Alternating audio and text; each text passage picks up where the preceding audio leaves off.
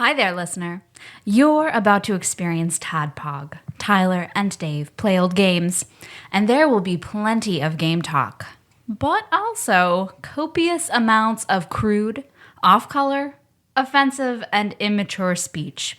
So if you are of a rather sensitive humor constitution, we're just letting you know what you're in for with this show. It has games. It has jokes. You know, just games and jokes. Take the games, take the jokes, and have a good time.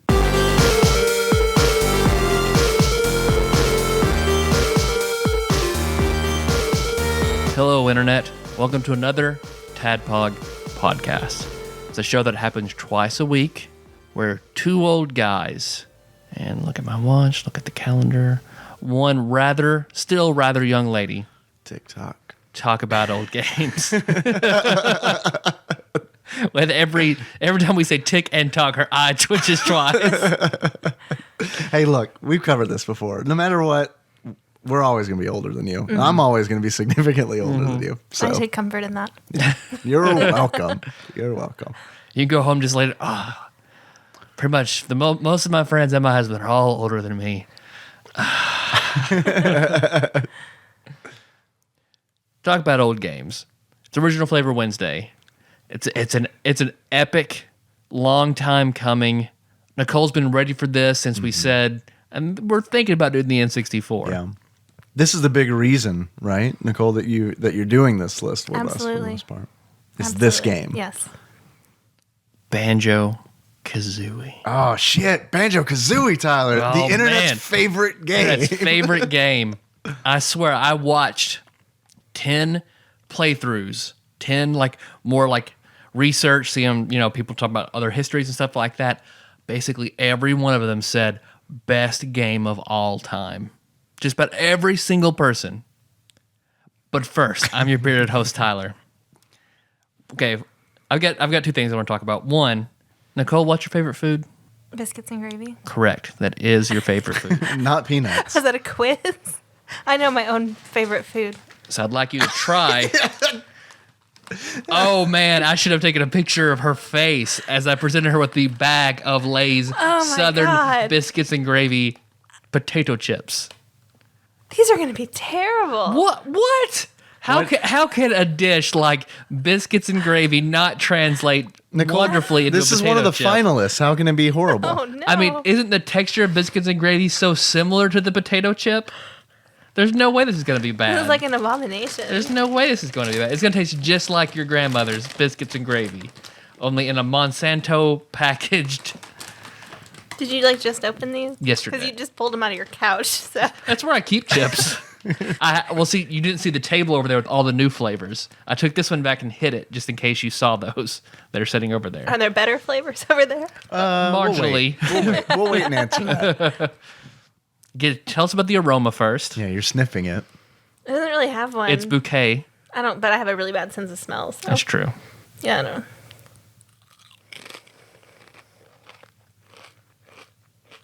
Guess I'm going to let you take these home, too. It tastes like a potato chip. Nothing biscuity or gravy about them? No. I thought they were flavorless. They taste like a communion wafer to me. Yeah, they're just like... Or did I happen to get a weird bag that is unflavored? Let me try another one. I remember Brandon of Axelay fame got a bag of unflavored Funyuns. And that is the last time I believe he ate Funyuns because it was grossed him out so thoroughly. Yeah, those have no flavor. Which I think is better because I think that if... I smell like the pepper. I can smell kind of like a... Yeah. Because it smells like the dry mix that I used at Huddle House to make gravy. Yeah. No, I don't think it has any flavor at all. Well, which kind of relieves me because I was you afraid can tell it's gonna be Haley disgusting. Green, who submitted this, that she's fucking stupid. Think we can find her on Twitter? I bet Mike can. Probably. We end up bombarding some poor 13-year-old Haley Green. How on earth did that make it to the end? I don't know. I don't know. Because it's weird. They got really, really bad suggestions, I guess. Yes. Nobody really gives a shit about the chip contest, and only 10 people submit entries. See, last year, the flavor I liked the least is the one that won. What was that? The 3 cheese garlic bread or I like whatever. that one. So I didn't care. I like the sriracha and I forget the other one now. I liked it more, but Was there chicken and waffles? Was that the other one? chicken and waffles. Oh yeah, I remember that now. Yeah. Which honestly, like, if they had these in baked Lay's version, I would probably eat them. They're just like chips. I don't eat just like the chips. regular fried Lay's. Like I just don't like the way they're greasy. I don't like the way they taste. The wavy Lay's aren't bad. Okay, try these, Nicole, and tell me what they taste like. We're just gonna recycle. I'm about to say we did this the other day, so we're gonna do this every time we record until the my bags. chips are gone. Yeah. But I need to know. So when Jacob gets here in 3 months, we make him eat these old bags of chips. I need to know Nicole's opinion on these.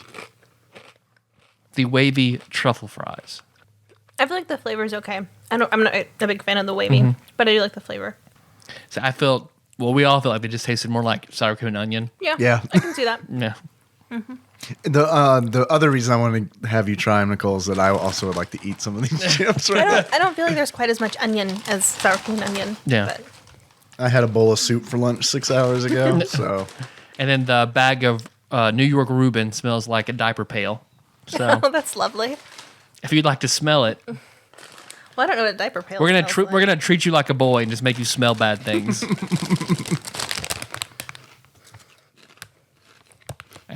And then for reference, you can go in Kenna's room. Do these taste okay? They're okay. okay. I'm not gonna try one. What's the other one? Euro. That's the one I like the best. Yeah, it's probably the best one. Okay, I'll try this one since you said it was the best. So you're okay with only trying 3 of the 4? Yeah. Interesting. Yeah. Not a completionist. Can you smell them? No, not really.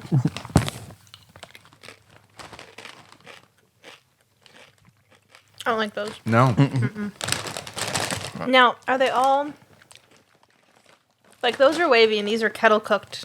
Do they come in all the varieties of all the flavors, or do these only come kettle cooked? That's the only thing that I saw. I didn't see them in any other different textures. I don't like those. We are. This is our transition into the snack cast. I do think that other shit Wednesday should or other shit Monday should be. Hi, I'm Dave. I do this show. We've done this like over 250 times. Other shit Thursday. You're not the only one who can buy stuff from Sheetz, Justin McElroy. Tyler and Dave buy food from Walmart and talk about it. I haven't watched that. I haven't either. Yeah. Meg has. She thoroughly enjoyed it. Yeah. But Well, we can do it. We can do it too. I mean, they notoriously steal our shit all the time. yeah. All the time. The other thing I wanted to talk about was because we had happened to talk about it. I was like, oh, we haven't brought that up on the show yet. And that is Josh Nance's bachelor party. So when it came down for like my bachelor party, I didn't want to overburden the best man, which mine was Josh. So I wasn't going to also like, Josh, throw me a bachelor party, because that would just be us. Exactly. I don't even have to explain myself. Nicole's immediate laughter explains my reasoning behind not having Josh do my bachelor party. I want to stop and envision a bachelor party that Josh throws for you. What do you think? Like, what are we eating, first of all? Whatever's in his house, when we go over there. He waits till everybody gets there and he's like, "You guys want to order pizza or something?" It sounds all right to me. So far, I'm in. Do you have anything to drink? Well, you can make a Walmart run. Okay. Well, because I appointed our friend MJ Link to throw my bachelor party, which he had an extravagant like Nashville weekend. He rented a boat. It was a really good time. So when it came for Josh's, for Josh said, okay, well, MJ's already done one. So really who we have to do, I have to have Shake throw mine. Thinking like Shake is like he's a fraternity guy. He's been to lots of parties.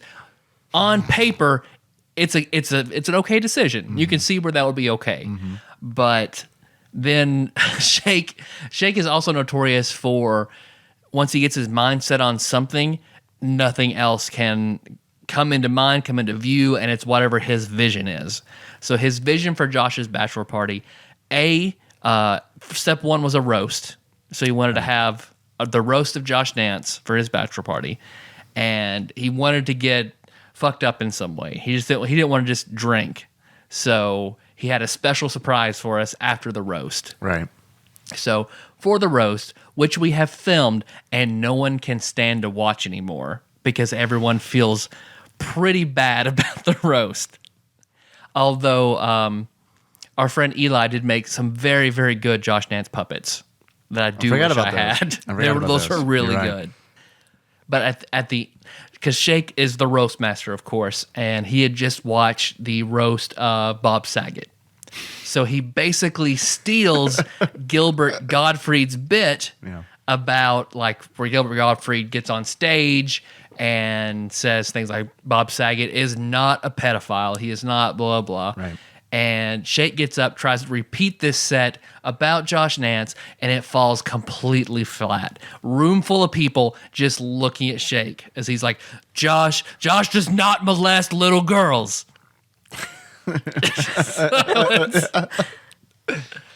So, I mean, we each get up in turn, tear him a new asshole. We weren't crazy about Nicole at the time, so there were plenty of jokes about Nicole. That's the biggest reason why we don't watch it anymore. It's just like, oh, man, okay, nope. But then afterwards, Shake's like, all right, Josh, I got a special surprise for you. And he pulls out a huge basket of muffins. So he, instead of pot brownies, our thing is whenever we say the night at somebody's house, we'd always make this certain brand you can buy at Walmart, blueberry muffins. So he buys that. You don't feel like giving those blueberry people a plug? If I remember what it was. I only know it by sight. I don't know the name. Those are the best muffins. Maybe it's Martha White. Yeah.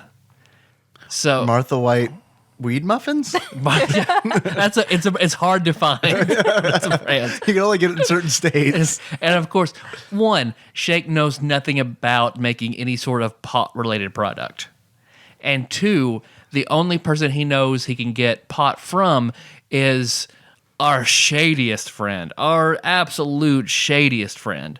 And beforehand, he doesn't tell anybody what the surprise is. He just wants $20 from everybody. Yes. So it's like... How many people were there? Like 12 of us? Yeah, there's a lot of people. So I think he spent the most of that money buying the pot for the pot muffins. That would equal about $240. Mm-hmm. That can buy you, like, I'm pretty sure I can buy you, like, a trunk full of marijuana. Mm-hmm. Did everybody, like, just blindly give him $20? Yeah. Without saying, like... He's like, trust me, this is going to be awesome. But I want to surprise everybody. Just give me $20.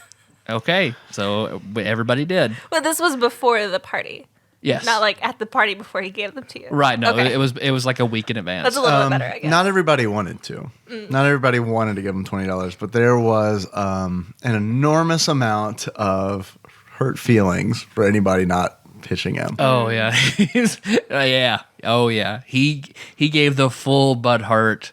This is for Josh. It's going to be an awesome thing. Please support me. Please trust me. I spent my own money. I'm your friend. Please. Yeah. I'm spending more money. I'm just asking you each for $20. I'm spending the bulk of the money on this. Right. Please. Blah, blah, blah. Right. So he presents these pot muffins. At this point, I'm still super straight edge. So I declined, but I still let him keep my $20. A lot of people pick up and try these muffins.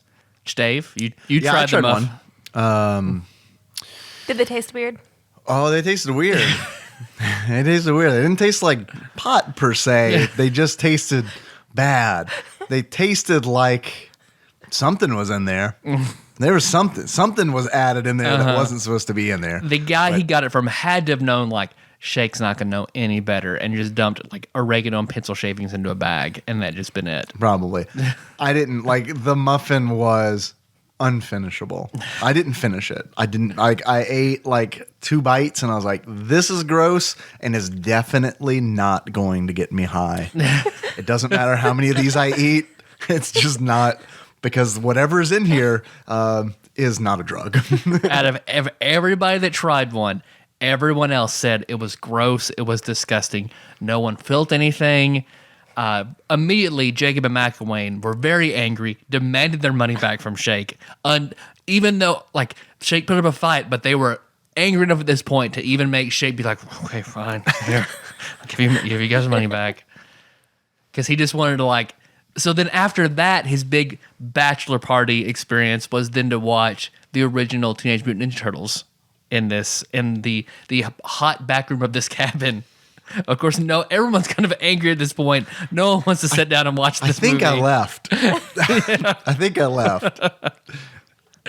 So, but Shake is on the couch eating muffin after muffin after muffin, just looking like his eyes are saucer size. Like, man, I'm feeling it. Oh, fuck, I'm feeling it. That's the night we found out that Shake has a gluten intolerance. I think Josh choked down a few, but he was not particularly pleased. He wouldn't be able to tell if it tasted weird anyway. He can't taste anything. It's true. I mean, he hates he quote unquote hates pork chops, but ate pork chops for 5 years before he told you, like, I don't really like pork chops. You can't smell and he can't taste. So, like, you guys, I feel like you guys belong together. Because he had like pork chop Thursdays for years. Yes, it wasn't quite 5 years, but it was over 2 years that I had pork chops at least once a week. And then finally one day he's like, I don't really like pork chops. I like to imagine this scenario where you guys like are trying, like you're going through your refrigerator and you're trying to figure out if something's spoiled. And you're smelling it and you're like, I don't know. It doesn't smell bad. You're going to taste it. So Josh tastes like, I don't know. It tastes fine to me. You guys are eating like shit from the 60s. That's why they only keep like wine, orange juice, and Diet Coke in their fridge. That's pretty much it.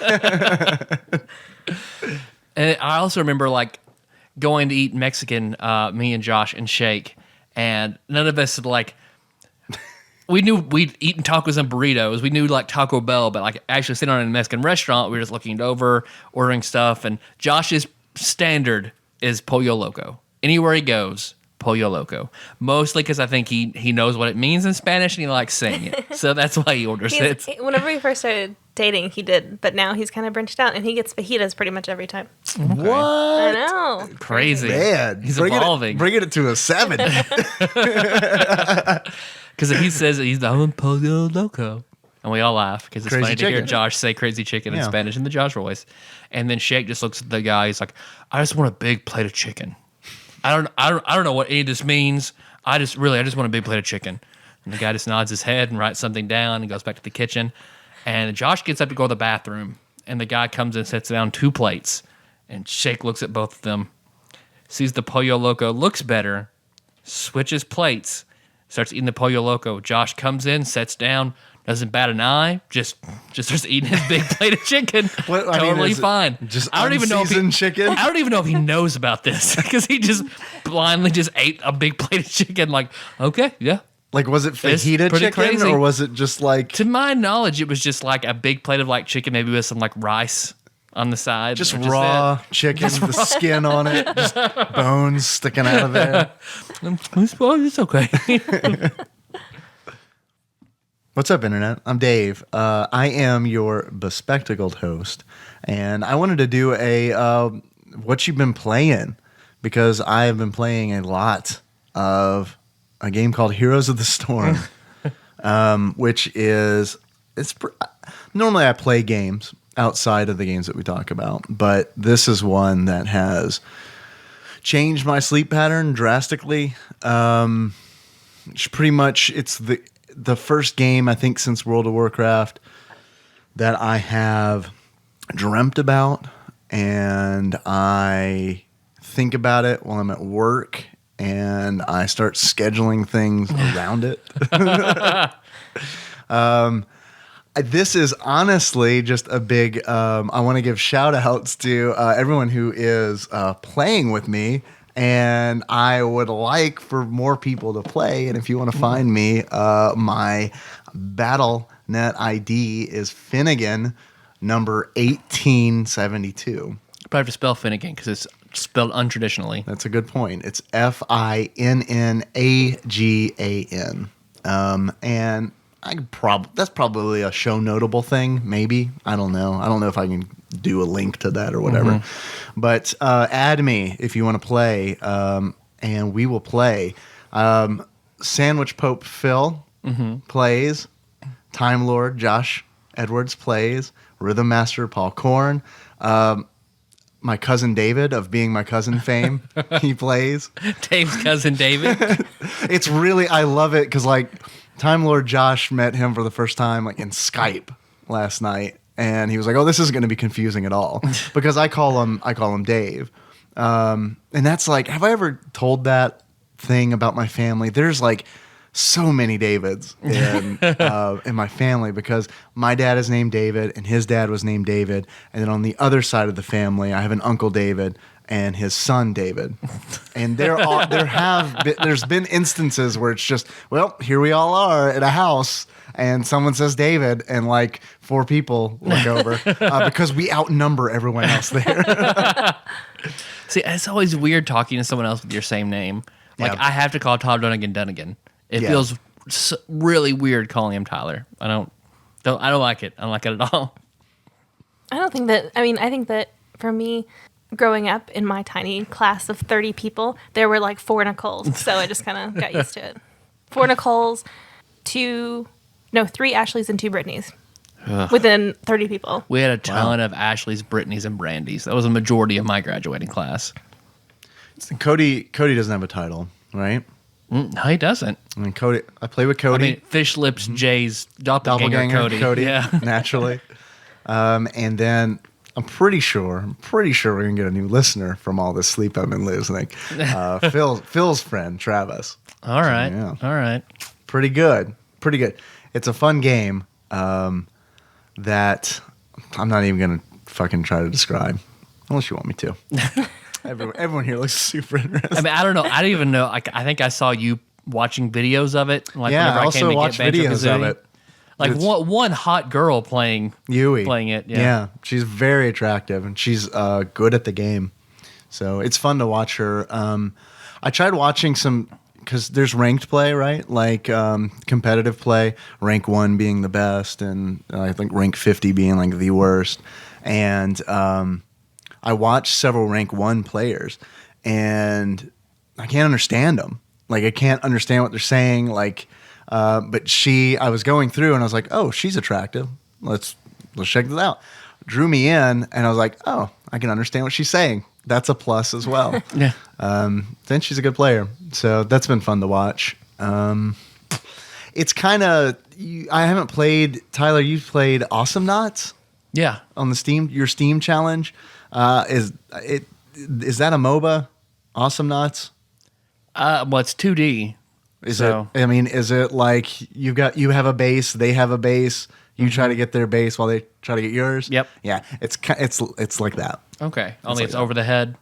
Yeah, and it's all Blizzard properties. Okay. So they've got like a bunch of Warcraft heroes, a bunch of StarCraft heroes, and then the Lost Vikings are in it, oddly enough. Okay. That's Phil's brought up like a great point that Kyle Blackthorne needs to be in it. I agree, 100%. He would be the most metal character. I think that's a great idea. oh man. That's a name I haven't thought about in a long time. We also want a giant car from Rock and Roll Racing. I think that would be good. That's all it does is just drives over people. It drives over bombs and costs you money. Exactly. And then they got Diablo characters in there too. So it's fun. All right. It's free to play. I have spent money on it. Not ashamed to say I will probably spend more money on it because it's a fun game. Well, if you enjoy it this much, that's okay. Yeah, I think so. As long as it's not like, I feel like a lot of the freemium games are like impulse decisions, but like if you're enjoying it so much, and other people are enjoying it so much, and it's not like you're just tapping something and Yeah. paying money so you don't have to wait as long. Yeah. There is a little bit of that because like they've got heroes that are on free rotation, right? So when you first start out, there's 5 characters you can play for free. And then a week goes by and they rotate out and there's 5 different characters you can play for free. So what happens is you more than likely you will play a character during their free rotation and be like, oh man, I really like that character, and now I can't play him because he's not on free rotation anymore. Oh, and that's okay. when I've bought a character before. But you can there's in-game currency you can buy them with, as well as real money. How easy is it to earn the in-game currency? Right now, for me, it's been really easy because like I've got around 40,000 gold, and the cheapest characters are 2,000 gold. Oh, okay. And they range from like 2,000 to 10,000. I think like the brand new ones like the King Leoric, the Skeleton King, just came out today, and he's 15,000. But within 2 weeks, he'll drop down in price to 10,000. Okay. So, Because the game that I play on the toilet that shall not be mentioned is like right. the in-game currency is also easy to get. So I don't see the need to ever anybody would spend. I mean, they've millions and millions have been spent on it. Yeah. I don't see why you'd have to. I As see- opposed to tapped out, which like the in-game currency is much harder to get. Yeah. So Yeah, I see in the future, once I hit the level cap, 3 levels to go. Well, I've been playing it 2 weeks. And I can see once I hit that cap, you stop getting like gold bonuses for leveling up. And then you have to rely on like daily quests. And there's a treasure goblin from Diablo 3 that you can kill once per day to give you a bump in gold. But I'm a little concerned because like once you hit that cap and you level up all the heroes to level 5, because that's where you get like 500 gold if you level a hero up to 5. Like once those things are done, it's just like, okay, not going to get a whole lot of gold anymore. Oh, okay. So, it's fun. I welcome you to try it. I don't think that you would really enjoy it. I don't think. It Yeah. would either. So it's been one of those things where it's like, I've been like, well, I'm pretty sure Tyler's probably heard us like talk about this in chat. And I've mentioned it around Tyler a few times. Doesn't seem too interested. That's why I haven't been like blowing you up to play Heroes of the Storm. Because I figured if you were interested, you'd be like, what is this game? Because I'll watch you play it. I'll watch the hot girl play it. She's better at the game, and she's much better looking than I am. So I would recommend you watch her. I don't know if she's much better looking. Just she in a different way. In a different way? In a different I find way. you both attractive, but in different in ways. very different ways. I only want to come on one of your chests. Thank you. Thank you. Don't curl your nose at me, Nicole. Me coming on somebody's chest. Could be me. Could be me, Nicole. Whatever you're into. Are you ready?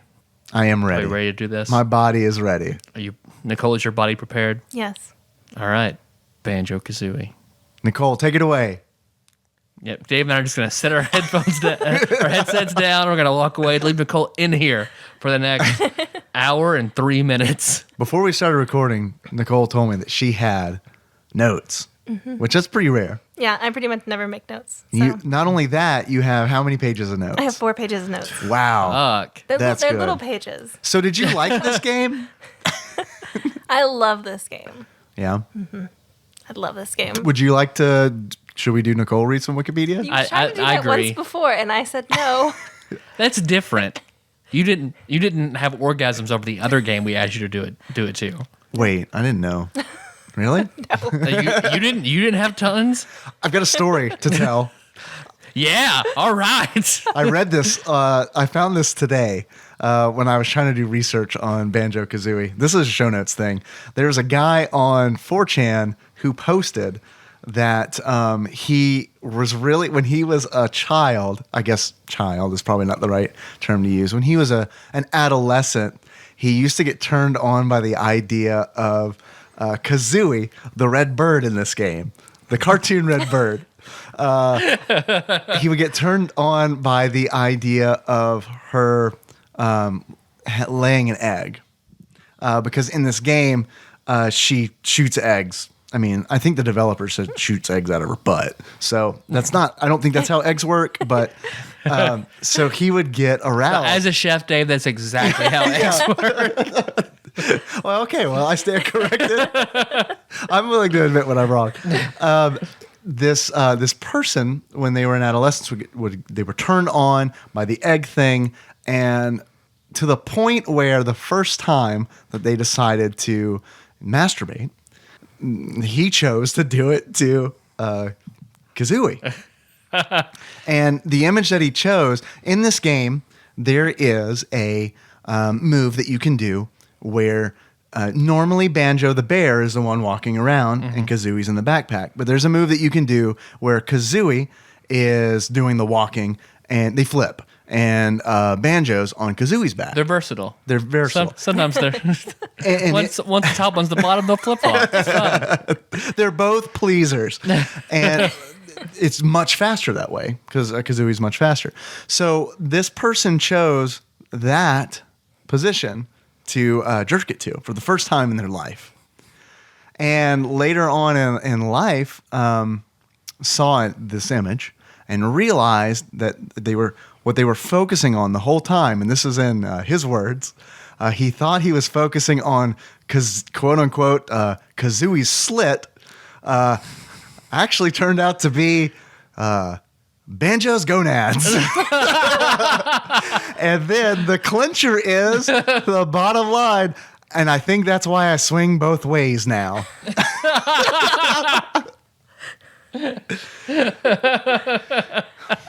So that's a cool way to intro the game, I feel like. Yep. Welcome to TADPOG. The person who wrote that may or may not have been one of us. But it's fine. I was wondering why Nicole was like really quiet. The first time she slicked it was to Banjo's gonads. Damn it, I thought it was Kazooie's slit. You hear that, Tyler? I do. What's that? What is that? Oh, it's that train again. We hear that train a lot. It's the masturbating teenager. It's not even a train. It's just someone that should not be masturbating here. And he slams pictures of the game up on our windows. Yes, I hear that. I do hear that. Very familiar sound from years and years ago. Of course, ushers in a segment that we like to call Dave Reads some Wikipedia. Unless, Nicole, you've changed your mind. No, it is a tradition that you read Wikipedia. Okay, guys. Banjo-Kazooie is a platform video game developed by Rare and originally released for the Nintendo 64 video game console on June 29th, 1998. That's in North America. It also came out in Europe. In case you're listening in Europe, you're not. On July 17th. We have like 2 European listeners. It is the first installment in the Banjo-Kazooie series and follows the story of the titular characters, Banjo and Kazooie, as they try to stop the plans of series antagonist Gruntilda, who intends to switch her beauty with Banjo's sister, Tootie.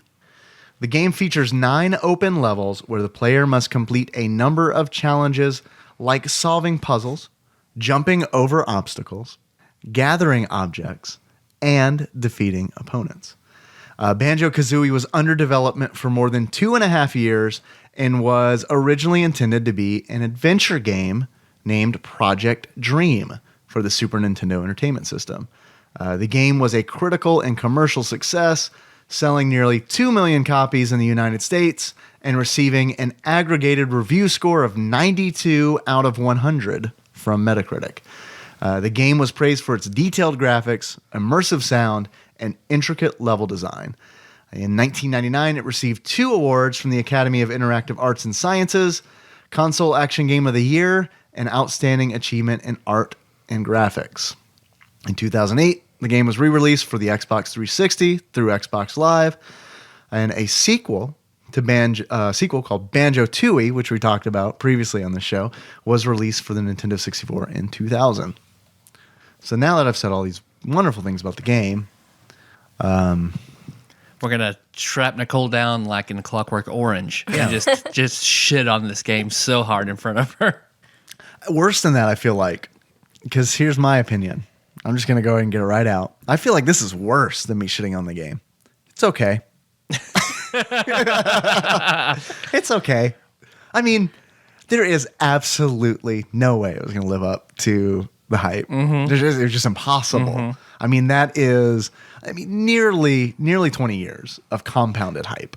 Like, I would have had to, like, upon completion of the game, like, my TV start bleeding Christ's blood for me to like capture in a goblet would have been the only thing that I've been like, okay, all right, that's pretty good. Yeah. Pretty good game. That's amazing. Well, that's how I feel about the original Diablo, because it's like, I guarantee you're not going to like that game. But I think it's an excellent game. But it's one of those things where it's like, that kicked off a big thing. There's a lot of hype around it. The people who played it when it first came out are like, man, Diablo, great game. But I imagine someone who hasn't played it going back to it being like, all right, well, I mean, this is okay. You do click a lot.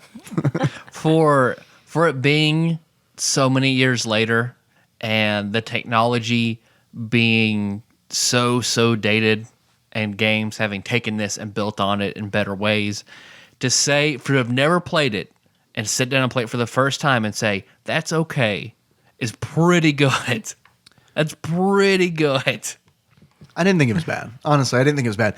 And I do think immediately, I was like, this is better than Banjo-Tooie. Yeah. Right out of the gate, it's better than Banjo-Tooie. And the reason this, Nicole, please correct me if I'm wrong, this might just be like some kind of placebo effect, but I swear that Banjo-Kazooie is a faster game.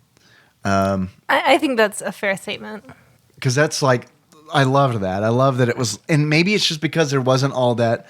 Tyler, you brought this up when we talked about Banjo-Tooie. When you start Banjo-Tooie, there's all this bloat because they expect you to know all the moves that you learned in Banjo-Kazooie.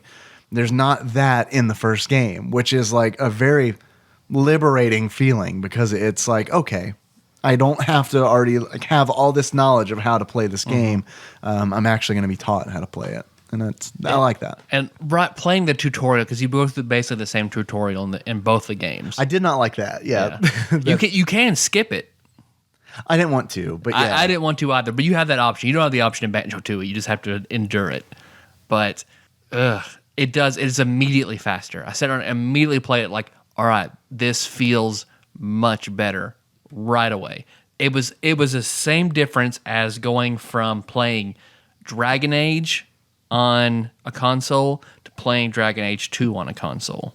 Because I just remember how crazy smooth Dragon Age 2. Say what you will about Dragon Age 2, but starting out that game playing as a rogue was incredible as compared to how clunky the other one was on a console. Yeah, they did a switch because like Dragon Age was, I mean, for all intents and purposes, it was a PC game that got ported to a console. And then like Dragon Age 2 very much felt like a console game. Yeah. So it was just, I remember playing and be like, wow, this is just so smooth. And you would think the sequel would be better as opposed to worse in just about every way. Like in Banjo-Kazooie, it has way more personality and there are different ways to play because you can play as, you get transformed into all these different things. There are levels play differently, and basically in Banjo-Tooie, you're just banjo jumping around. Yeah, there is some transformation, but I feel like in this game, it was more entertaining because like the thing that I think of, because I did not finish this game, but the thing I think of is at some point the dude with the skull head Mumbo turns you into a tiny ant. Termite? Mm-hmm. Are the other things termites or are those big ants? They're termites. Okay, they're all termites. Yeah. While you're traveling around as this little termite, the big termites keep making comments about your shorts. Mm-hmm. And that's like a running joke the whole time you're a little termite. I didn't feel like Banjo-Tooie had that kind of stuff because like I thought that was funny. And that's when I feel like Rare is being the best because I have a hard time getting past the gameplay for games like Banjo-Kazooie, Banjo-Tooie, and Conker's Bad Fur Day because I'm not an explorer when I play games. I don't want to explore, and I feel I want to complete tasks. I just want to do the things, and I want to enjoy those things, but I'm not interested in, or at least see like, all right, my goal is here. But then see the other path you can go on if you want to. That I don't mind. Yeah. And it's tough for me. And the big reason I say I feel like this game is okay is because the game is all about exploring. Exploring and finding hidden things that aren't just like one-ups and continues. But I mean, you're exploring for things that are actually going to allow you to progress in the game. Just like Banjo-Tooie. Same thing. But I get sidetracked or I get torn away from that because I don't want to explore. I don't want to. I want to like do the things. I want to experience the writing. I want to experience the funny bits.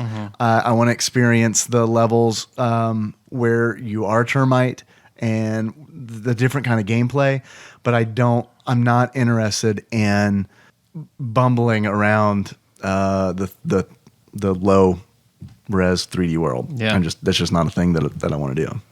Nicole, you want to take us to church? We will be the audience, and you be the preacher, and you tell us. Tell me about your experience and why this game means so much to you and why you love it so much. I think that this game does a lot of things really well, in my opinion. I feel like it has a really creative and unusual protagonists, 2 of them. And Banjo being called Banjo because he's a bear that plays the banjo. He plays the banjo because he plays the kazoo. We didn't talk about the awesome opening to this game. Did you guys watch the opening where they perform a rocket fire explosion kind of deal in the forest where like everybody's like banjo's playing the banjo, they're all playing their musical instruments?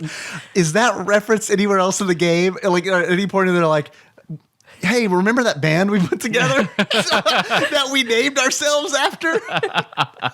Banjo-Kazooie, Tootie on the flute. We just don't mention it again. I hope they were just animals until they picked up these instruments and it gave them sentience. That's their origin story. And they had no other way to identify themselves other than like, I am Banjo, for I am the one that plays the banjo. That's a good D&D campaign right there. We're all awakened Everybody animals. pick an animal, and I'm going to roll a die for what your instrument is. Please continue. I'm French hornopotamus.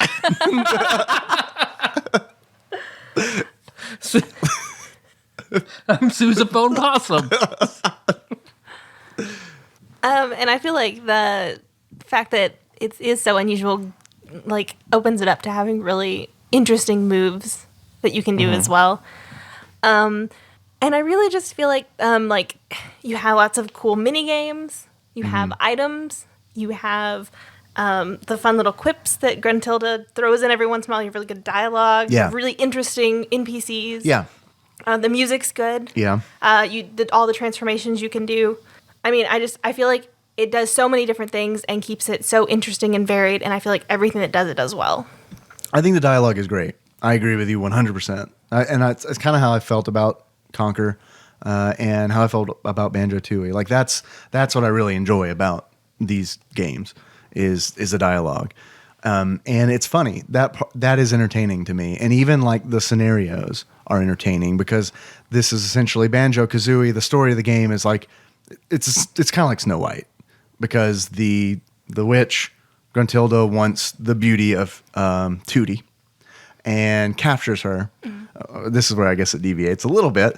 Captures her and puts her in what looks like the teleportation devices from The Fly.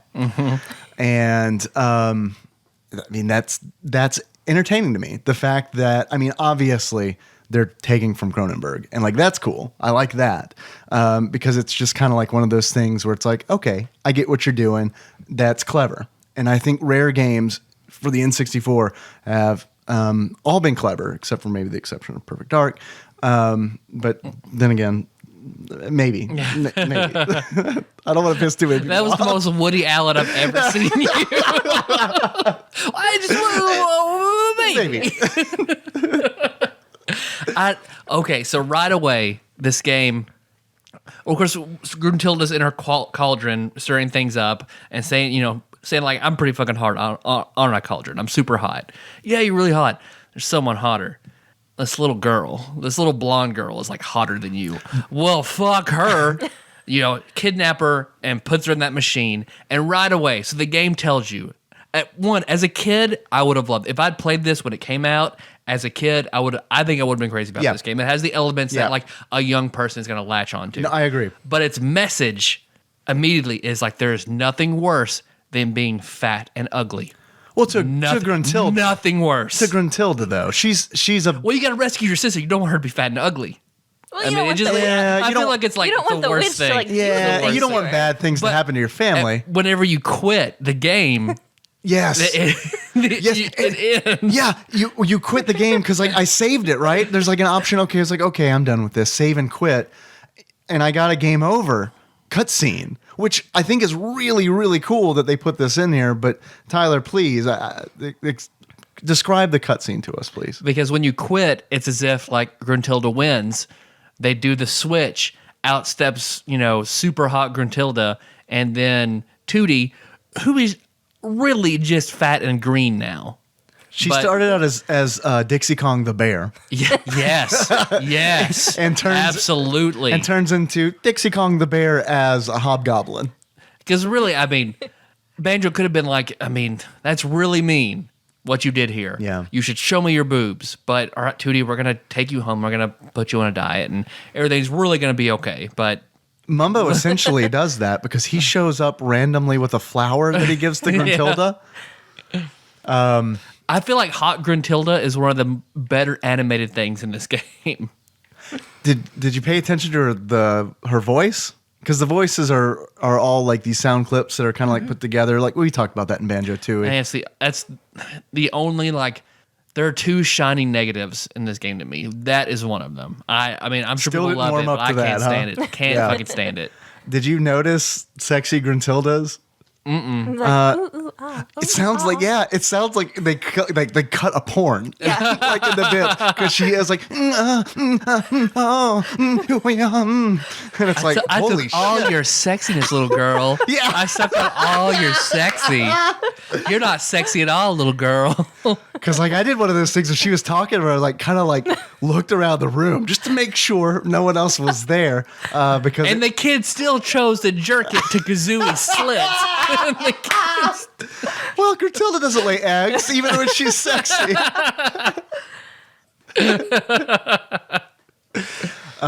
The dialogue sounds didn't bother me so much, but what did for some reason is whenever the dialogue balloons kind of come in and out, it does this like the VH1 pop-up video like whoosh, whoosh, and like that was more distracting to me than like them actually talking. Mm-hmm. I don't know. Did we talk about this in Banjo-Tooie? Could you hold down the A button just to make the dialogue go super fast? If that's a feature in Banjo-Tooie, I didn't know about it, and I wish I had because like this made the game. I like the dialogue, but I don't like how long it takes for them to deliver it. And that might help you with their voices, Tyler, because it does get old listening to Every syllable has a beep to it. So. for like 20 seconds. It's like, all right, well, I read the thing already. I guess I just got to wait for this bird to fucking bark it out. See, I'm okay with just like beeps and stuff from like RPGs where you've got like the high pitch beep for girls and the low pitch beep. Yeah, that I can deal with. But the other weird ass noises that are like they're clipped, I just can't deal with. I hear you. Go on, Nicole. Did you pick this game out? Like, did your dad take you to the store and you were like, I want this game? How did you? I don't remember. Yeah. I don't remember. But yeah, it's definitely one of my favorites. I think that how far did both of you get in the game? I got to Junkyard Shark. Shark. Clinker's Cavern. Clanker's scary. That is kind of like startling whenever you just see that come into vision. Everything has eyes. Googly eyes. Everything has googly eyes. yeah. If it has eyes, you can interact with it. Right? Why? Oh no. Because Where does it pick up like a treasure? Treasure Trove Cove is my favorite. That's where you learn to fly. Right.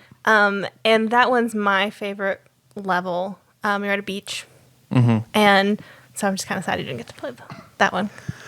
Here's what I think: the flying's cool, but it felt stilted to me because you can only fly when you find one of those like flying pads, like the red buttons you have to stand on, and that's like this is your designated flying spot. Like a Conquerors kind of event. Yeah, which I mean, you get on that thing and then you can fly. I didn't like that because it was one of those things where it's like, okay, I got to remember where the red thing is and I had to find it and then I can fly.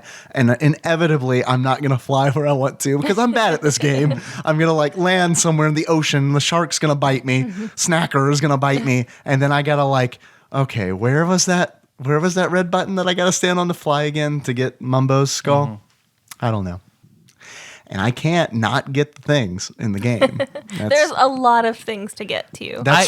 I can see after watching you play Alan Wake because like coffee thermoses, pages, like you're a collector style gamer. So that translates really well to Banjo-Kazooie. Like you need to be, if you're a collector, you're going to fucking love this game. But here's the difference, because before we started recording, Nicole and I were kind of talking about collecting in games, and I brought up Assassin's Creed and how that kind of turned me off from the series, because I am the kind of person where if there's shit to collect, I feel obligated to collect it because I paid for this game and I got to like make myself miserable squeezing out all the value of this game because I'm just like that.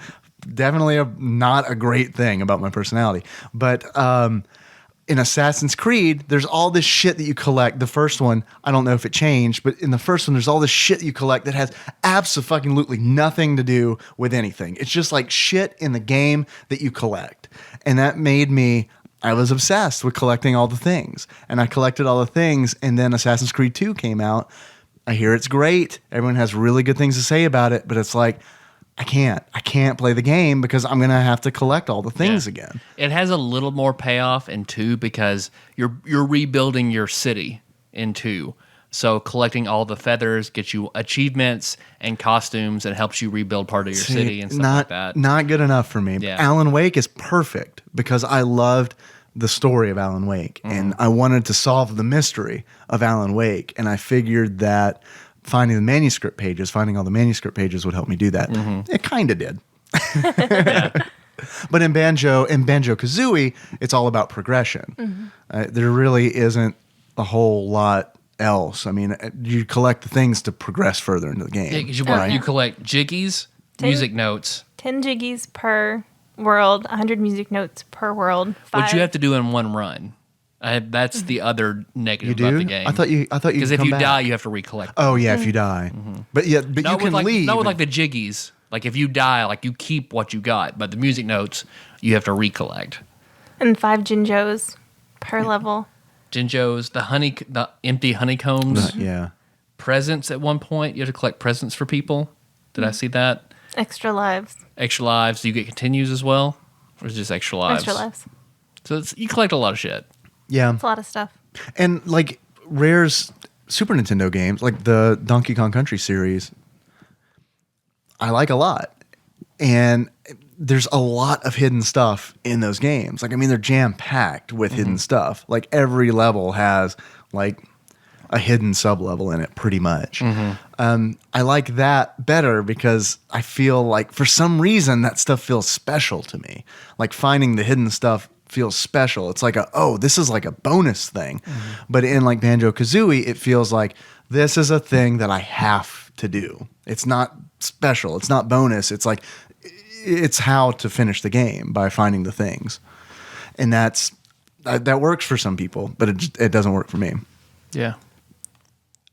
Besides collecting things, there are also items. You get rubber boots to wear to protect you from wading in the water, and you get tennis shoes to make you run faster.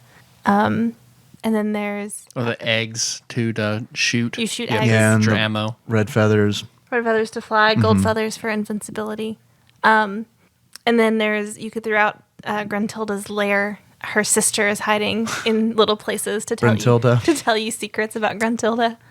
Which That comes into play, right? Yeah. I heard, I didn't finish it or watch the ending, but that comes, there's like a quiz at the end of the game? yeah, I'll give you a couple. Well, so she has 3 sisters. She has her skinny sister, her fat sister, and then this good person? sister. Okay. Well, I guess she has two Is it sisters in Banjo-Tooie, right? Yeah. Does Bruntilda show up at all in Banjo-Tooie? Or? I don't know. She must have been murdered. I never saw her. So. Okay, so yes, please. You've got notes. I got some notes, yeah. Things that Bruntilda tells you about Gruntilda that are just funny. She tells you that she brushes her teeth with moldy cheese-flavored toothpaste. I thought it was tuna fish flavored. It's different, depending on your run. Really? That's why you gotta take notes. Interesting. Well, no. No, I don't want to collect all the things and take notes. I have to do one thing that I hate and not the other. As a kid, this was the first game I took notes for. Really? Okay. Did you know? Like, were you taking notes because you knew? No, or? because she says you're going to need to know this later. So I'm like, okay, I wrote it for you. Interesting. I love that. I love that because, like, when I read that, I was like, okay, whatever, video game. She says that Gruntilda's favorite smell is sweaty gorilla feet, and that her pet dog's name is Leg Chomper, and her favorite color is dung brown. So What a gross person. gross, sounds funny like it. things. But yeah, you go to a quiz called Grunty's Furnace Fun. And this is at the end of the game. You right? Almost. Okay. Almost at the end of the game. Yeah, and then you win the quiz, and then you get 2D back. Okay, so what happens if you don't win the quiz? I don't know. Really? Okay. I'm curious. Have to take it again, I guess. So you do risk. Okay, this brings me to another question. You finished this game. I've not finished this game. What? I know. Wow. What? Yeah. But I Really? think, knowing me, you shouldn't be surprised at all. I am super No, surprised. I am surprised. For as much as you love this, I'm surprised. Why haven't you? I just never You've beaten Mario did. 64. So I'm surprised No. you haven't beaten this. You've never beaten Mario 64 either? No. You can count on one hand how many games I've beaten. Man, my Yes, 'cause world. I've seen you You- beat them. Yes. My world is unraveling. Ah. You have some ether or something, Tyler? No, I've watched the ending. I know how it ends and everything, but How does it end? Well, Josh Let's can spoil treat you this. as poorly as he wants. You're just not going to finish the marriage. You're not going to end it. there you get you do the quiz, you get 2D, and then you go back to your house and you have a barbecue to celebrate. And then 2D's like, she escaped. You guys need to go and like finish her off. So you go back and you fight Gruntilda. Don't they reference barbecue in Banjo-Tooie? Or am I just completely making that up? I don't know. Okay. So what happens to Tootie at the end of the game? Like it just ends there? Yeah, well, you go and you fight Gruntilda, Uh-huh. and then like the end scene is like them hanging out on the beach. What happens to Tootie from Banjo-Kazooie to Because Banjo-Tooie? you don't see her. That's why I'm surprised, because you don't see her in Banjo-Tooie. She's not there. I just assumed that at the end of the game, Maybe she There's an grew up accident. and moved away or something. She has all that sexy potential, so I guess she got hot and moved away. And Bottles the mole clearly is a ripoff of Bubbles from Trailer Park Boys. After playing this, there's no doubt in my mind. Rare was like, man, we really like this show. Let's make a mole like with the what's his name, Bubbles and Bottles. It's fine. It's fine. Do it. I want Rare's time machine.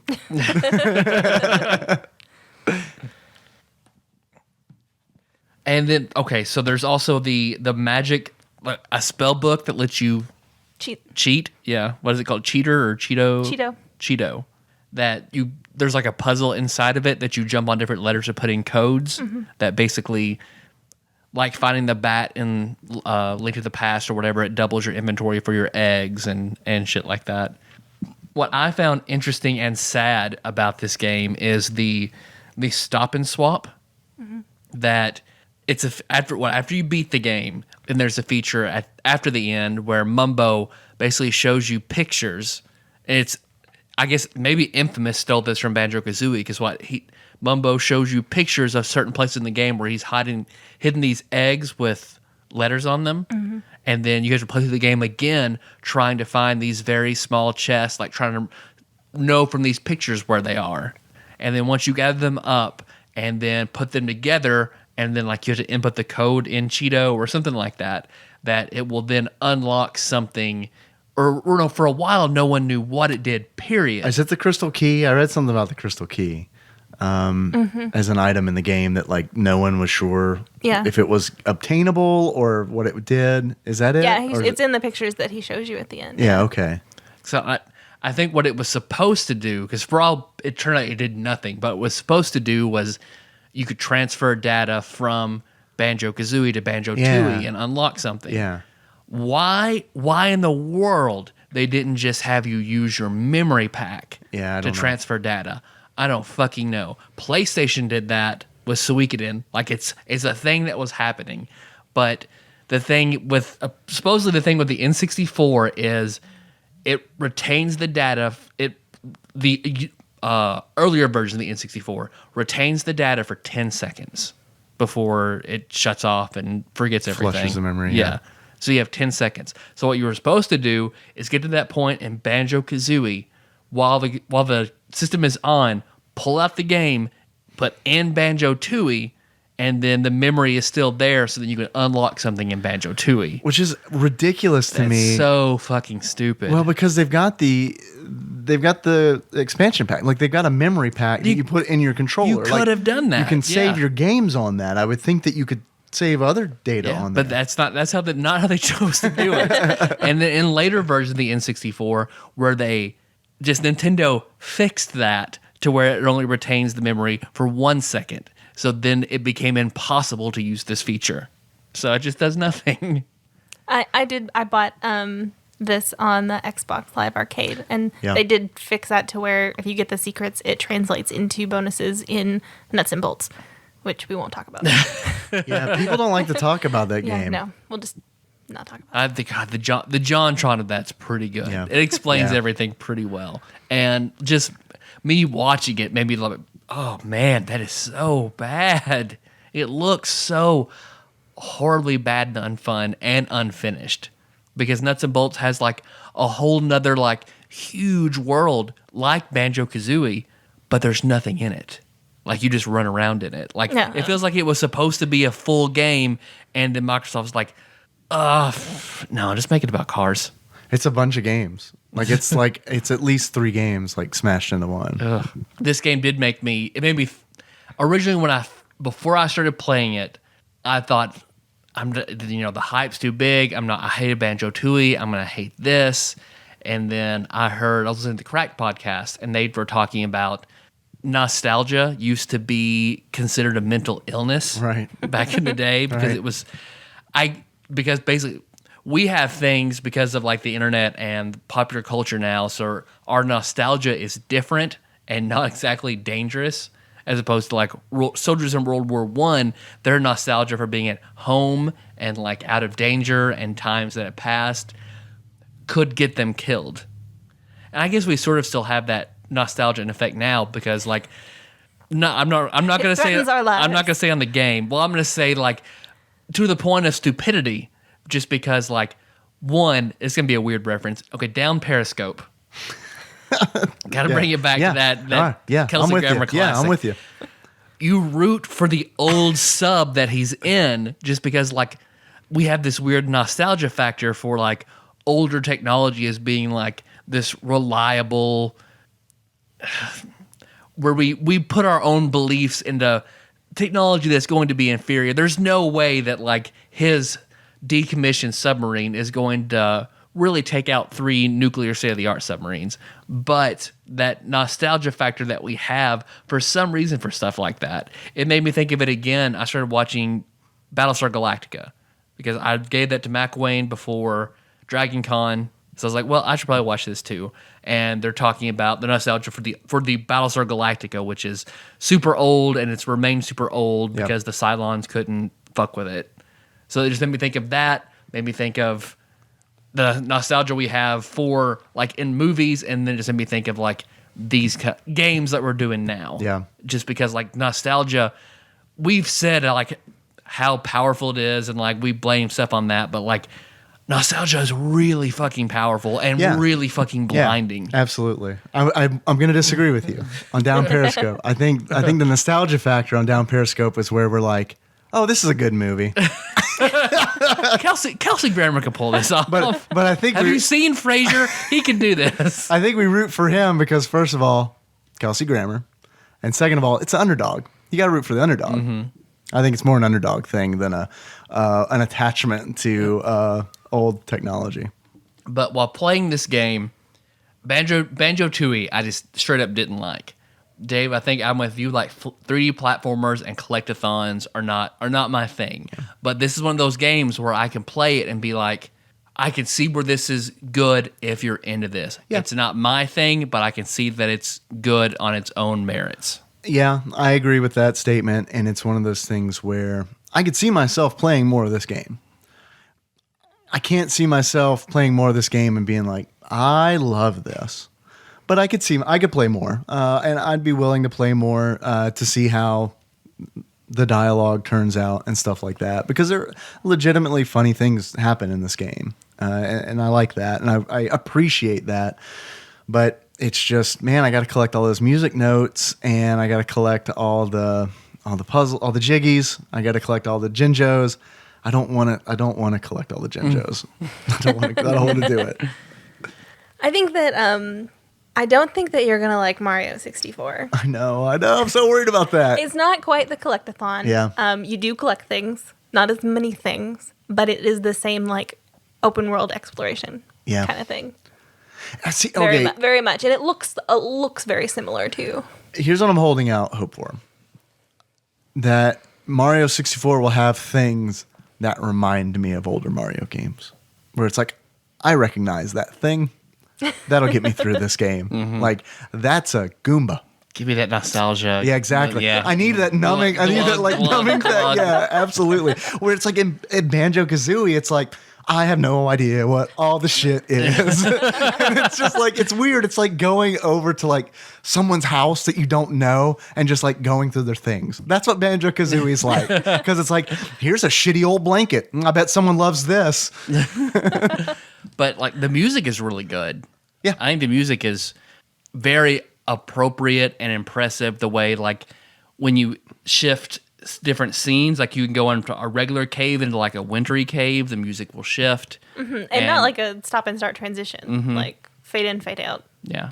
And also whenever you go underwater, it changes from whatever the normal music was to more of like a chime version And it's of the music. and it's appropriate. So I think the music is really, really well done. It's really colorful. Like I said, like if I played this in its day, Yeah. when I can see this was like really big, I would have loved it. I think so too. I'm at the point I can't go back and really love it. I've played next to Zelda, the second most I've played on the N64 is Mario 64. And I don't see why people say this is the best game ever made and prefer it to Mario 64. Because I think Mario 64 is a lot better than this. This isn't bad by any means, but I think Mario 64 is objectively better in a lot of ways. I don't agree. Yeah.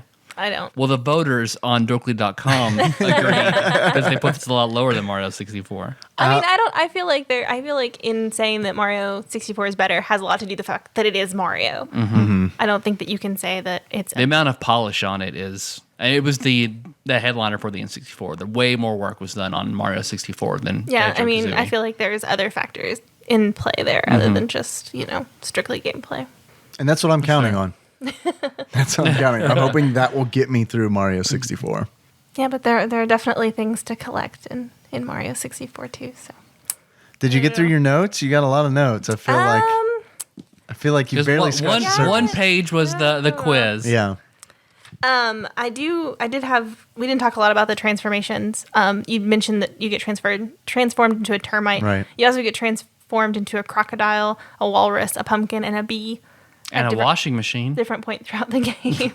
I heard that there is an exploit that speedrunners use where they stay in the bee for way longer than you're intended to. Yeah, because you can exit you can exit the levels and still be in your transformed state. And like you go within a certain range and Mumbo like takes or like the magic's not powerful Yeah. enough. Like I think I haven't watched anything, but from what I read, there are speedrunners who like figured out a way to not have Mumbo come back and take the magic. So like they're just zipping through the rest of the game. And it's really cute whenever you get transformed, like in the termite or that crocodile or whatever. You still have your little backpack on. Yeah. And it's very cute. What happens to Kazooie when that like Stays in the backpack, I guess. just really tiny in the backpack? Tiny Kazooie. Or do in the they backpack. meld together? Because that's kind of what I was like. Do they meld together and then they are one? Toxic And- Avenger style. Yeah. And then it's, what is Kazooie's problem? Why is she What is bitchy? going on with Kazooie? Okay, the bitchiness does lead to humorous dialogue. But little boys are Okay, trying to masturbate granted. to her. That might have something to do with it. But like, yeah, it's this bird who I guess is like lazy. Is like Kazooie, like Banjo's lazy friend. Like, I'm just gonna live in your backpack. I mean, why is she in the backpack? I mean, yeah, why is she in the back? Why does she like when you see it in Banjo's house? The backpack is on a hook for like a coat, Yeah. and she's still in there. it. Maybe she's sleeping in it. Is that she's like, I don't want to have to get a house payment. I'll just stay here. It's fine. I'll mooch off you. Won't give a shit. They're best friends. They want to be together all the time. It's not super nice to anybody, including Banjo. Or is Banjo just kind of dumb? So okay. Banjo sounds dumb. Like the Yeah. noises he makes. that kind of stuff. He sounds like Goofy, essentially.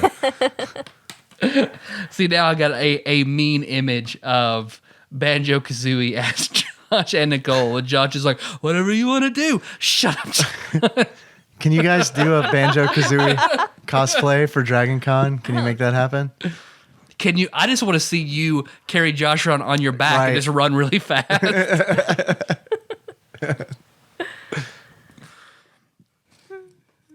What else you got, Nicole? Convince us, convert us to Banjo-Kazooie. I don't think that you're convertible. Oh, Honestly, you're right, but you could try. I thought that the mini games were good. I don't usually like mini games, but I thought the mini games were good. There's one like in Clanker's Cavern where you're in Clanker and you swim through rings. You have to do it within a certain time frame.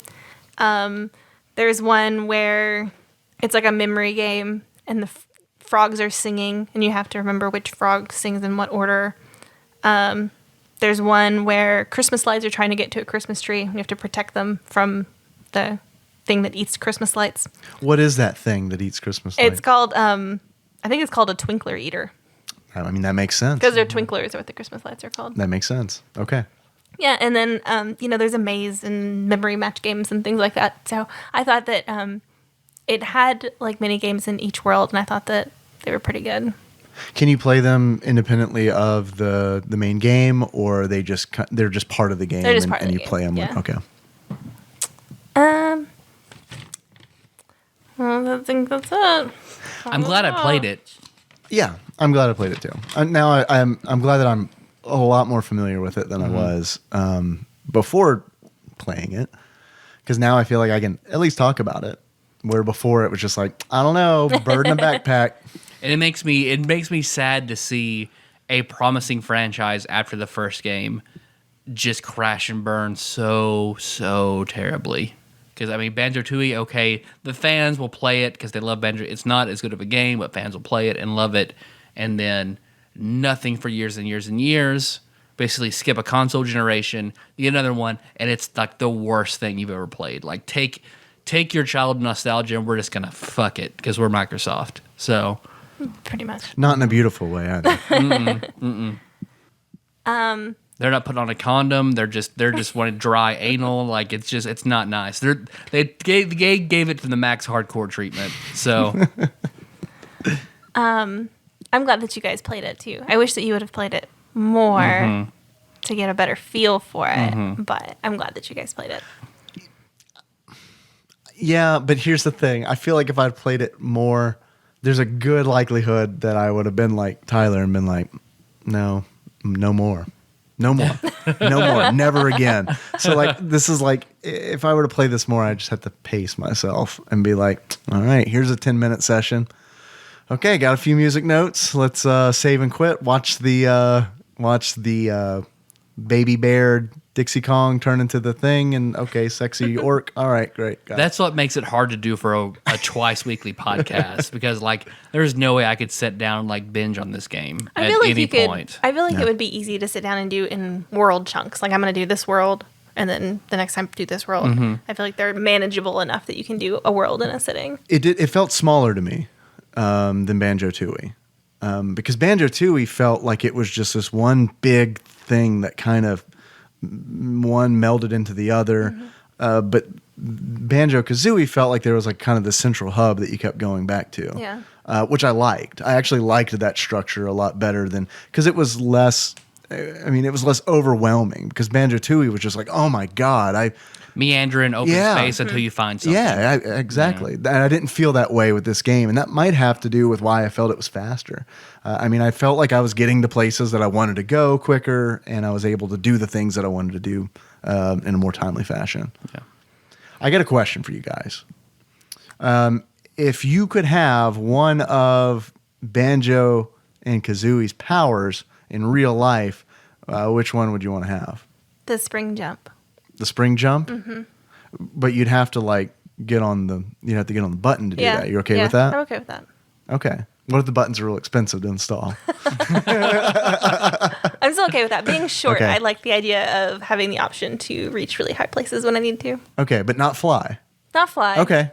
I feel like the flying is a little stressful. I mean, I enjoy it, but I feel like it is a little bit stressful. Yeah, because if you don't get the thing you're flying after, now you got a whole scratch it. Hold my breath for a really long time. Yeah? Yeah. That's practical. I like that. I do like that. And to be able to tell like exactly how much breath I have left before I die. Definitely useful. So yeah. That is pretty good. Or really, really scary when you're then about to drown. Well, I would just move to an island and become a pearl diver. Yeah. I feel like that's always been my missed calling. Just me and all the island boys diving deep into the sea trying to get pearls. Yeah. That's what I was supposed to be. I want a big red bird that I can lie on the back of. It just like, it's hilarious when Kazooie takes over because they're super fast and like Banjo just like goes into a coma on Kazooie's back. Like he's just frozen there on his back. That's what I want to do. I want to go into stasis while somebody runs quickly while I'm on their back. So that's why I just want to see like Josh just sprawled out on all fours, just kind of still while she's on Nicole's back and she runs around. It's amusing to me. I prepared a quiz for you guys. Oh shit! All right. Can we do achievements first? I guess if you want to. No, we do achievements first. Let's do achievement first. Okay. Do you guys have any achievement for this game? I do have some achievements for this game. Would you like me to go first? Sure. Because I only have one. Okay. We'll split it then. I'll do mine. You do yours. I'll do mine. Nicole, do you have any? I have one. All right. We'll go around then. My first achievement is Danky Kang. And in order to unlock Danky Kang, thanks, Sam, for reminding me that that's a thing, because that's his Steam name, is to get past Conga. Do you guys remember Conga in this game? Conga is a giant orange, not banana, orange throwing gorilla in Mumbo's Mountain. He's not Donkey Kong. He's Danky Kang. So in order to unlock that achievement, you have to get past him. There's also what I refer to right next to him is a smaller monkey with a tail. He's essentially naked Diddy Kong who wants an orange. I couldn't think of a name for the achievement, but like to unlock it would be like give naked Diddy Kong an orange. Nicole? My achievement is if you can't say anything nice, and that you get that by talking to every instance where Bruntilda is throughout the game, telling you bad stuff about Gruntilda. Awesome. I was hoping it was going to be don't talk about this game with Tyler and Dave. I didn't unlock this achievement. Yeah. My achievement is hot ass witch. And you get hot ass witch by quitting the game. Yeah. All right. Do you also get that if you run out of lives? I don't know. I have no idea. I don't know. It didn't happen. I got another achievement that, okay, I don't know. Here's the thing. I don't know if I used this on Banjo-Tooie. Probably, like as I was writing it, I was like, probably use this. It seems pretty obvious. Me One Honeycomb? Remember that? Remember that? Me One Honeycomb. In order to unlock that, you collect all of the honeycomb containers in the game. And then I do have a third one because I was pretty sure I used Me One Honeycomb before, which is called 200% completion. And in order to unlock 200% completion, you have to 100% the N64 game, which you got to collect all of the things. And then you have to 100% the Xbox 360 version, which is not surprising, looks so much better than the N64 version. No? It looks better. It also has achievements on Xbox. Do you like that or do you not like that? It didn't bother me. They weren't very good achievements. Yeah. So. Do you prefer the N64 version over the 360 version, or is there no preference? I don't feel like I have a preference. This is a stumbling block for me because I feel like I'm not emulating the N64 games, and I feel like I should be because I watch people emulate them, and they look so much better. Like the lines look crisp, the colors look better. The running filters is what they're doing, and it makes the game look better. And I feel like if I were doing that, I would probably be into these games a little more because playing them on my modern television man, is not great. It's not a great experience because it's a fairly decent sized television, and these games were not meant to be played on these giant screens. And I'm not using like any kind of like overscan or anything like that. It's just straight up plug these AV cables into the back. So it's got that, like, I guess you could say authentic fuzziness. Do you know what I mean? Where it's like the old games, like with these old composite hookups, they weren't crisp. They had these fuzzy lines to them, which I just can't. That's a barrier for me now. I can't get past. Like I prefer the way emulated NES games look over the real deal because they've got like I can see the pixels and it's like, oh, that's what that thing's supposed to look like, as opposed to furry blob. See, it would help if we could really emulate the N64 games at all, so then we could play them at the same time, as opposed to you play a game that you buy on the cartridge and then loan it to me. Yeah. Because we have to split our time between our already really long games trying to get in as much as we can. So it just makes it harder. Yep, absolutely. Be easy to emulate N64. Jesus. So like fucking Rogue Squadron, we're just like, nope, can't do it.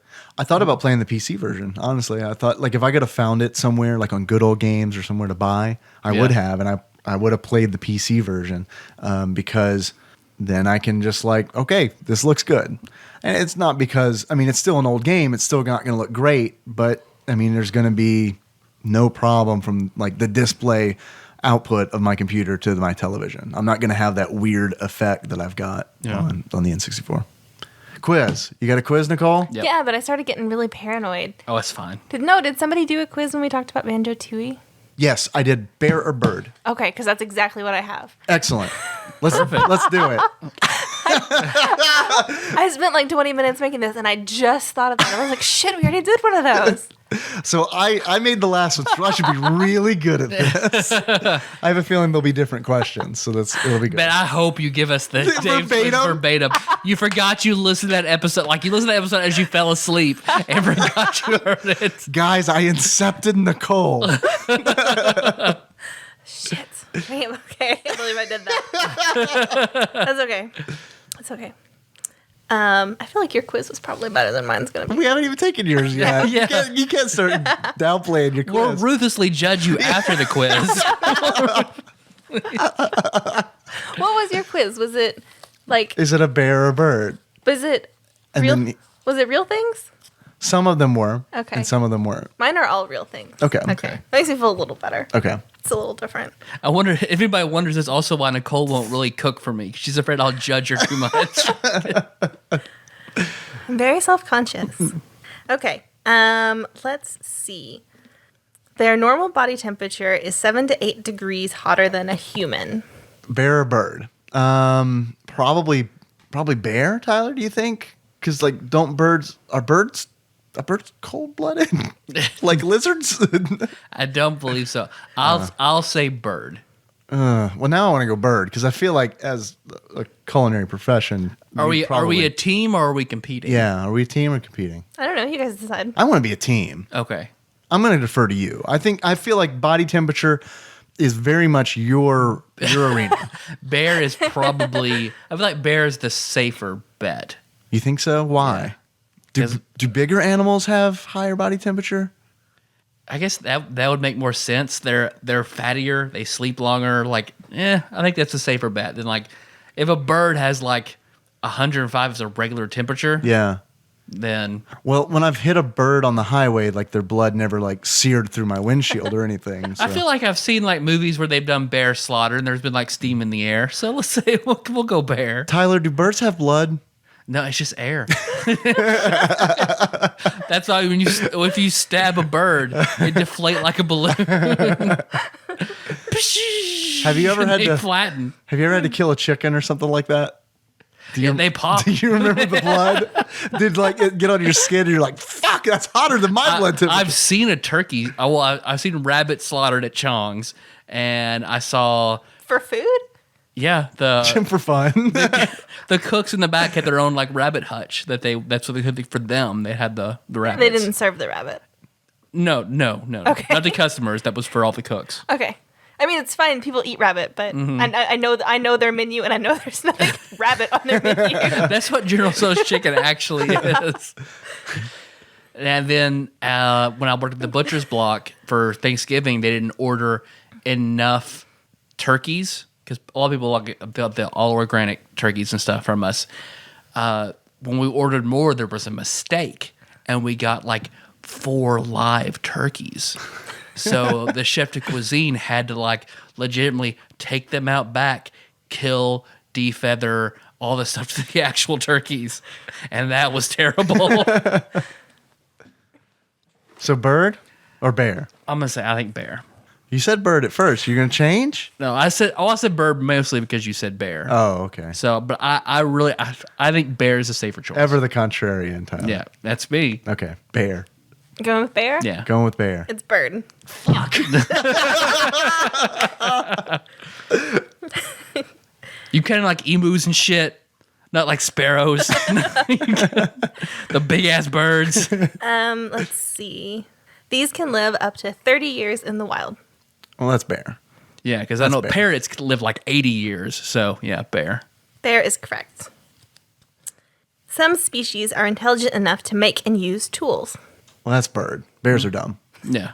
And murderers. I've seen birds use like sticks and stuff to get into like trees so yeah. We'll say bird. Bird. Bird. It is bird. Bears are seriously assholes, though. Like bears are crazy animals. Don't trust a bear. Don't trust a bear. But they're not very smart. They always say to hang your food in trees. And bears are stupid enough they're not going to be like They haven't invented anything yet No. to get the food out of the trees, so I say fuck them. These often play a central role in many creation myths. Bear? Like Ursa Major, Ursa Minor. But that's not really That's a creation myth. yeah. I mean, I'm just thinking like Quetzalcoatl. That's a bird and then like monster. Noah the bird flies with the olive branch to Noah to show him that there's land. Yeah, but that's not a. Did you said creation I said myth, creation right? myth. Not Not facts, Tyler. Please don't disrespect. So creation, like what are the creation myths? I guess birds lay eggs. I feel like eggs have a lot to do with Eggs. creation. All right, I like that. Eggs. Yeah. Bears don't lay eggs. There's That I know of. most do not. Yeah. So bird. I think bird. Yeah, bird. Bird is correct. All right. Yay. Okay, let's see. These are often a symbol of pride and power. Bear. A bear. Bear. Bear. I'm as proud as a bear. I say it every day. I'm House Mormont. Yeah, there you go. These do not sweat. Birds. Birds. Hey, that's too easy. Well, we fucked up the body temperature one. Their organs are often used for medicinal purposes in Asian cultures. Are there bears in Asia? Panda bears. Panda bears, yeah. Are those really bears, though, or are those one of those animals that's like a koala bear? That's not a bear. No, you're right. It's a marsupial. Yeah.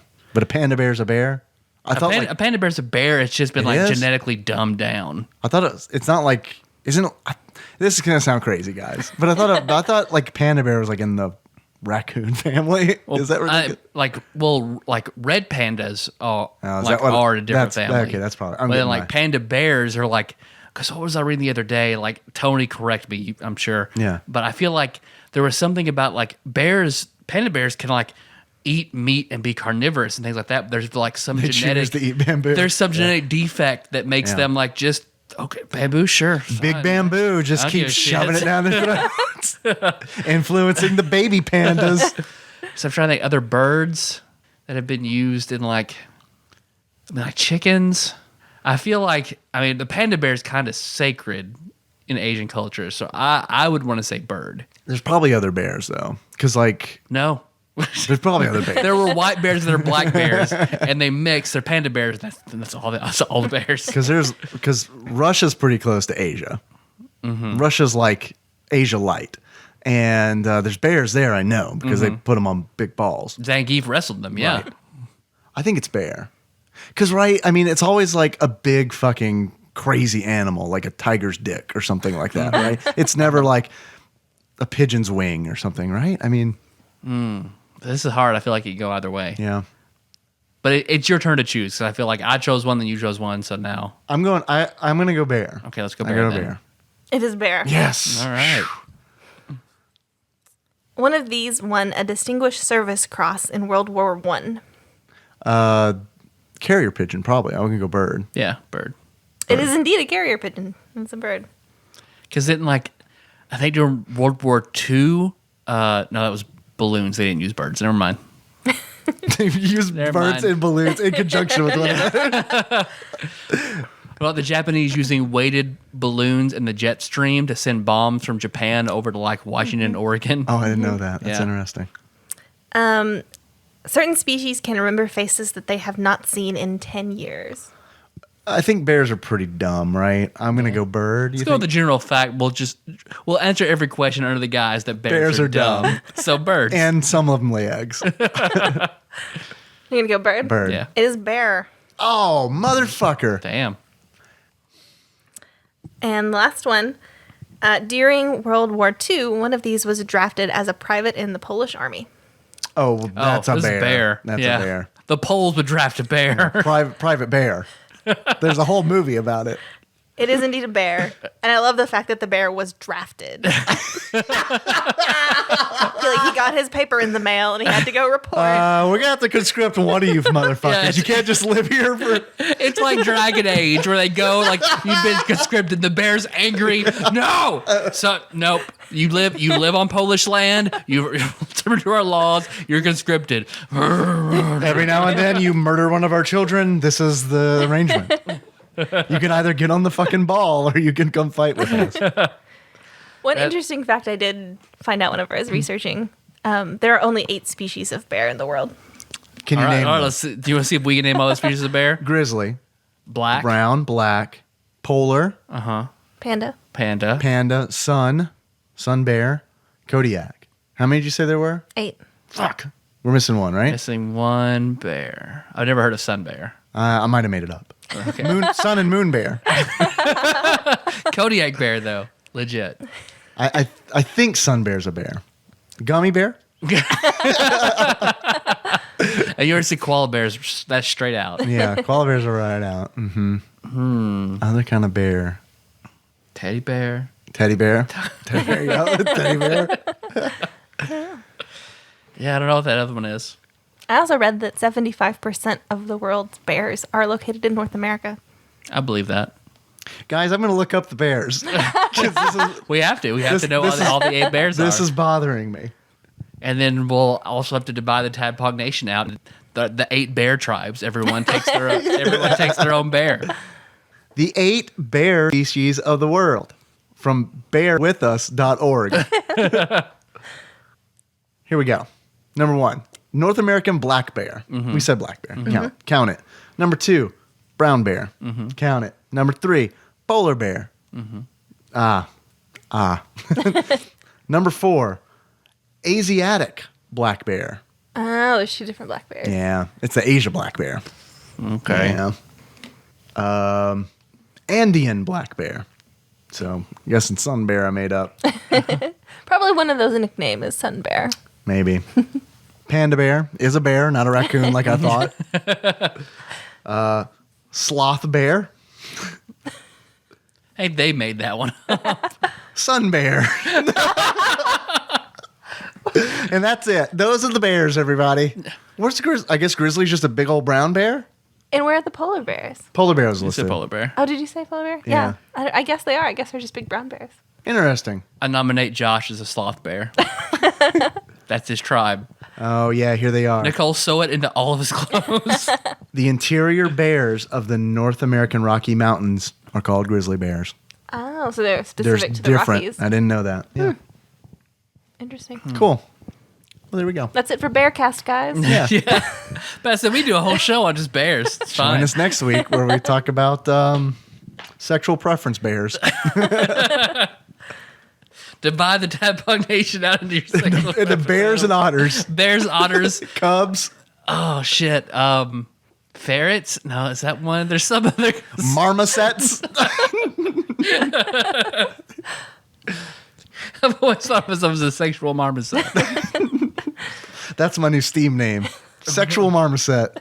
Tyler, Yes, Dave. had a lot of fun today. Yeah. So much fun with Nicole's awesome bear quiz. That was good. That was a good that quiz. she thought was going to be bad. That I almost forgot to ask you some very important questions. Mm-hmm. The first of which being, if you were to give this game a beard, what kind of beard would you give it? Josh's beard. Josh's beard. Yep. Why? Because Nicole loves it? Because Nicole loves it, and we think it's okay.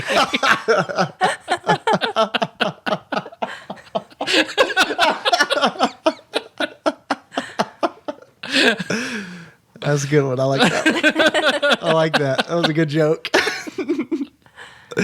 Tyler, if you were to give this game a pair of glasses, what kind of glasses would you give it? I would give it a pair of hot pink framed spectacles that were once worn by Nicole before she got her current glasses. So Nicole's pink glasses.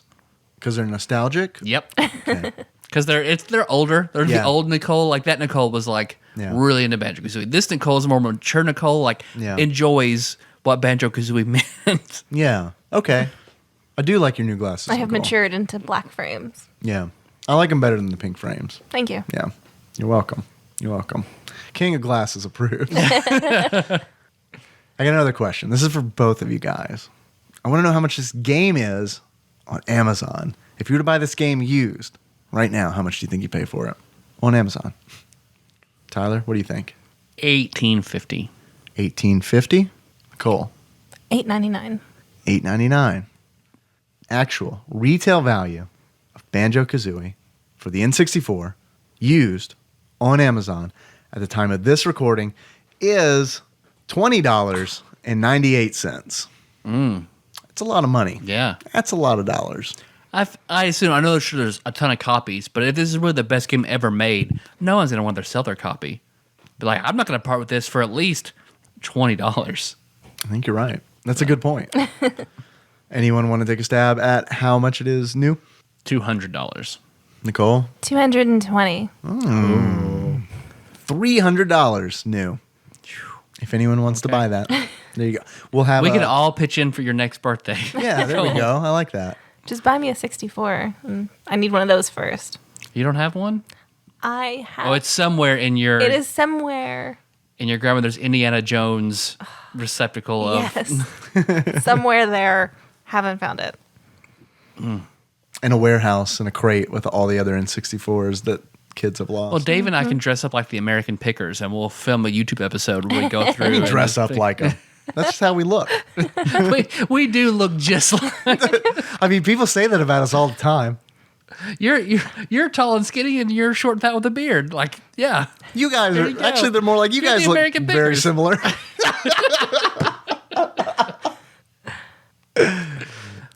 Nicole, you have tons of tattoos and answer our phones, so yeah, we're all three like the American Pickers. Oh, any last minute comments about Banjo-Kazooie? I guess play it if you want. Yeah. There's my very neutral opinion on Banjo-Kazooie. I recommend playing it. And I recommend playing through at least the first 2 worlds before you give up. So how broken is your heart about this episode so far? No, I mean, everybody has different opinions. And not everybody likes the same thing. So Okay. You're taking a lot better than I took Earthworm Jim. I had I had a crisis going on behind this very cool facade. Thanks for listening, everybody. You can find the show on iTunes, Stitcher, or SoundCloud. So don't miss the next episode. We've got something special for the next Other Shit Monday. Yeah. And We'll then keep it a surprise, I think. Yep. Yeah. And then what's going on? The next game that we play? I don't even know. Paper Mario. Okay. A long one. A big old Oh game. shit. Okay. Which I don't own. So I'm buying that on the Wii. Yeah, I should probably do that too. We like 5-star iTunes reviews. We do. We like those. You know what we like better than bears? 5-star iTunes iTunes reviews. reviews. Barely though. Just barely. So we're at 113. Just 100 something more, and I'll watch Star Wars, and every little bit helps. It makes us come up in more searches. We're more prevalent. Grows the show. Does infinite good things. iTunes is still by far the biggest marketplace for podcasts. Hopefully they'll change one day. A lot of people have problems with iTunes. The longer we do this show, the more problems we have with iTunes. Yeah. So, but they hold. We just got to deal with it. They've got the keys of the kingdom. Yeah. So leave us a 5-star written review on there. Even though as painful as that process might be, we try to further incentivize it for you. So if there's a game you want us to play or a guest host you want for an episode, put that in there. We promise we will get to that eventually. Don't worry, guys. Like Tyler said, we're going to be back. We're going to be talking about a mystery thing. In the meantime, you can always find us at tadpog.com. That's where the show notes live. Hey, you want to see that 4chan post I was talking about where the kid jerked it to Banjo's Gooter? So you didn't say 4chan before. Now that makes much more sense. You can find it there. I've got a link to it. It'll be in the show notes. You can view it. Hey, I know you like the voice of Kazooie a lot. You want to hear 10 hours of it straight? We'll have a link to that in the show notes. Go to tadpog.com. Check it out. You can also find us on Facebook. We are at facebook.com/tadpog. There's a lot of cool people there doing a lot of cool shit. Tyler will normally make an episode post. And if you have anything at all to say about Banjo-Kazooie, that is the best place to put it because we'll read those things. And other listeners will read those things. And who knows? They probably have opinions too. You can find us on Twitter. We are at tadpog_podcast. It's cumbersome, I realize. Thank you for everybody who is retweeting us and tweeting at us. I really appreciate it, especially the episode announcements because those really spread the word. You want to call us? You want to maybe be on an all-call show? Maybe we'll get you in at the end of a normal episode. Feel free to call us at 270-883-2555.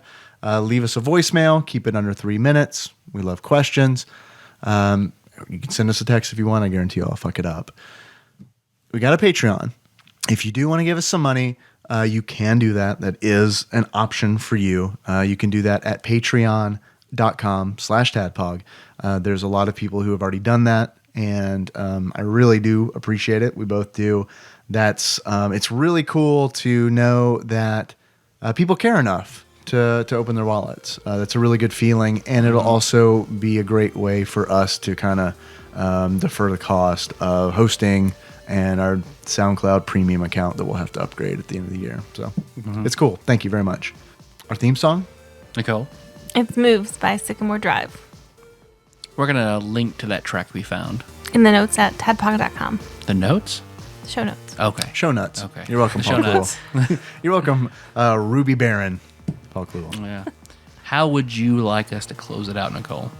What's something you're comfortable enough to do? You get to choose. I don't have any voices that I'm comfortable doing. I think you know that. You going to do it like a Banjo-Kazooie character? Yeah. Yeah, pick your favorite Banjo-Kazooie character. Oh, it has to be your favorite? Okay. Or your least favorite, or the okay. best voice. Just one of them? Just a character. Okay. So until next time.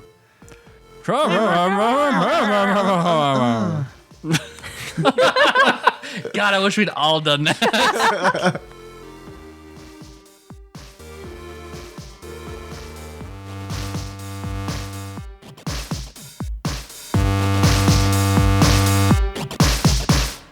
How do you know when you have one? Because it feels like you have two buttholes.